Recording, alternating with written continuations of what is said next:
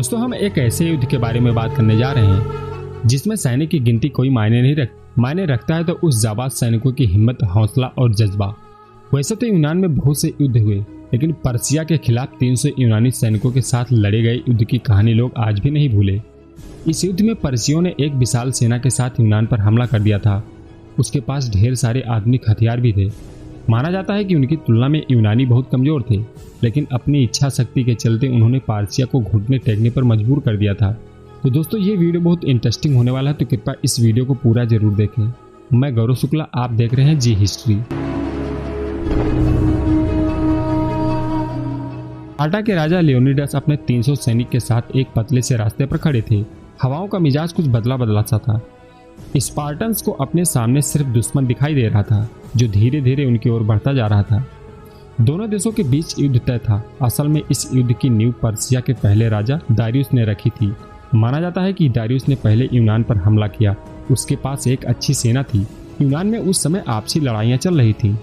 इसका फायदा उठाने के लिए वह अपनी सेना के साथ यूनान पहुंच गए। अपनी बड़ी सेना के साथ से वह जीतना चाहता था, लेकिन ऐसा हो नहीं सका। यूनान के सारे राज्य एक साथ हो गए और पर्सिया सेना को हार का सामना करना पड़ा था। इस युद्ध में पर्सिया का राजा दारियुस मारा गया। उसके बाद राजगद्दी उसके बेटे जरक्सीज को मिल गई। जरक्सीज एक क्रूर राजा था। वह अपने पिता की मौत का बदला यूनान को खत्म करके लेना चाहता था। यहीं से इस जंग की असली शुरुआत हो गई थी। जरक्सीज ने यूनान के खिलाफ जंग का ऐलान कर दिया था। बस यहीं से स्पार्टा में शुरू हो गई जंग की तैयारियां। लियोनिडास 300 स्पार्टन्स के साथ आगे बढ़े। जरक्सीज ने जंग की बिगुल बजा दिया था। अपने देश को बचाने के लिए स्पार्टन्स को यूनान की सबसे ताकतवर सेना का हिस्सा माना जाता था। इसके बावजूद लियोनिडास को आभास था कि यह जंग उसकी आखिरी जंग हो सकती है, इसलिए वह अपने साथ सिर्फ 300 सैनिक ले गए थे। उसने उन 300 सैनिकों को ही इस युद्ध के लिए चुना था कि जिनसे बच्चे या भाई थे, ताकि अगर वे जंग में शहीद हो जाते हैं तो उनका परिवार खत्म ना हो सके। वैसे ही लियोनिडास ने अपने लिए जिन सिपाहियों को चुना था वह फौलाद के बने हुए थे। एक एक योद्धा दुश्मन के कई सैनिकों पर भारी था।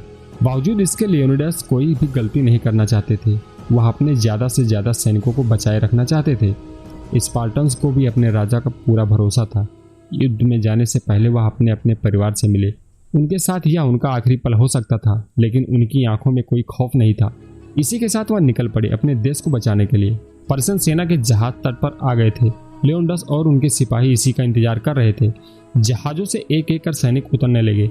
जरक्सीज की सेना में न सिर्फ पर्सिया थे, बल्कि दुनिया के अलग अलग हिस्सों में आए सैनिक भी थे। युद्ध मैदान पर आते ही पर्सिया सेना ने स्पार्टन्स को हथियार डालकर झुकने की सलाह दी। लियोनिडास ने इसका जवाब देते हुए कहा, स्पार्टन्स झुकने के लिए नहीं आए, जीतने के लिए आए हैं। यह सुनकर जरक्सीज आग बबूला हो गया। उसे यकीन नहीं हो रहा था कि कैसे एक छोटी सी टुकड़ी इसकी इतनी बड़ी सेना आगे लड़ने से नहीं डर रही है। उसके बाद जरक्सीज ने जंग का आगाज कर दिया और उसकी सेना थर्मोपाइले की ओर बढ़ने लगी, जहां स्पार्टन्स की सेना उसका बेसब्री से इंतजार कर रही थी। जरक्सीज को लगा था कि 300 स्पार्टन सैनिक को मारने में उसे ज्यादा वक्त नहीं लगेगा। उसने अपने सबसे बेहतरीन तीर अंदाजों की टुकड़ी को भेजा और उनसे आग वाले बाण छोड़ने को कहा। तीर इतनी बड़ी संख्या में थी कि आसमान तक ढक सकता था। स्पार्टन्स इसके लिए तैयार थे। उन्होंने अपने कौशल से इस तीरों को बेकार कर दिया। यह देखकर पर्शियन सेना तेजी से आगे बढ़ने लगी। लियोनिडास को पता था कि ऐसा होगा, इसलिए उन्होंने दुश्मन को रोकने की रणनीति बना ली थी। दरअसल थर्मोपाइले यूनान में घुसने का एक मात्र रास्ता था। वह बहुत ही पतला था। बड़ी सेना को वहां से गुजरने में हफ्तों लग जाते। इसके अलावा दूसरा कोई रास्ता नहीं था यूनान तक पहुंचने का। लियोनिडास की सेना योजना के अनुसार बचाव के रूप में खड़ी हो गई। हर सैनिक अपने बगल में खड़े सैनिक को अपनी ढाल से बचाने की मुद्रा में लगा था। पर्शियन सेना बड़ी तेजी से उस पर हमला करने आई, लेकिन कुछ कर नहीं सकी। जैसे कि वह थोड़ा सा ढीली पड़ी, स्पार्टन्स ने धावा बोल दिया। एक एक कर कई पर्शियन सैनिक मरने लगे।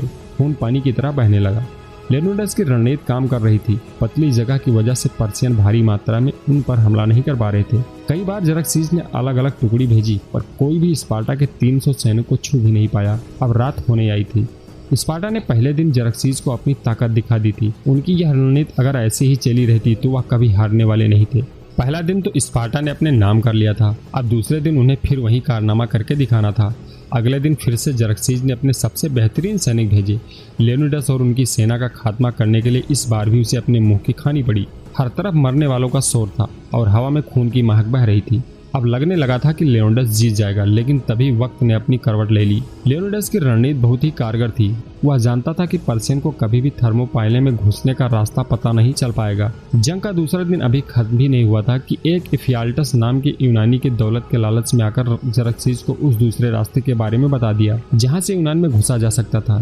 जरक्सिस समझ गया था कि उसे लियोनिडास को कैसे हराना है। उसने तुरंत अपने तीरंदाजों को इस गुप्त रास्ते के बारे में बताया और तेजी से घुसने का आदेश दिया। तीसरा दिन का युद्ध शुरू ही हुआ था कि लियोनिडास को पता चल गया कि पर्शियन दूसरे रास्ते के बारे में जान चुके हैं। यह उनके लिए बुरी खबर थी, लेकिन उन्होंने अपना हौसला नहीं खोया। वह मजबूती के साथ दुश्मन का सामना करने के लिए तैयार थे।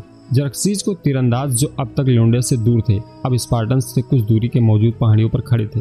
लियोनिडास ने अपना स्थान नहीं छोड़ा। उन्होंने कायरो की तरह भागने की बजाय एक वीर की तरह रणभूमि में मरना पसंद किया। लियोनिडास ने अपना एक जवान वापस स्पार्टा भेज दिया ताकि वह जाकर बाकियों को बता सके कि कैसे उसके सिपाही वीरों की तरह लड़े।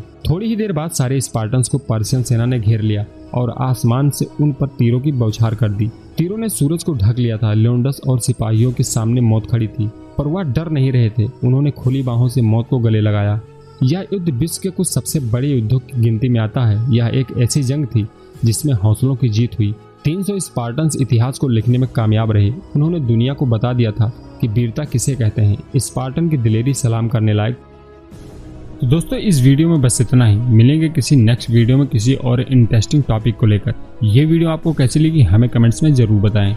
और ऐसे ही अमेजिंग और इंटरेस्टिंग हिस्ट्रिकल वीडियो देखने के लिए आप हमारे चैनल जी हिस्ट्री को सब्सक्राइब जरूर करें। धन्यवाद।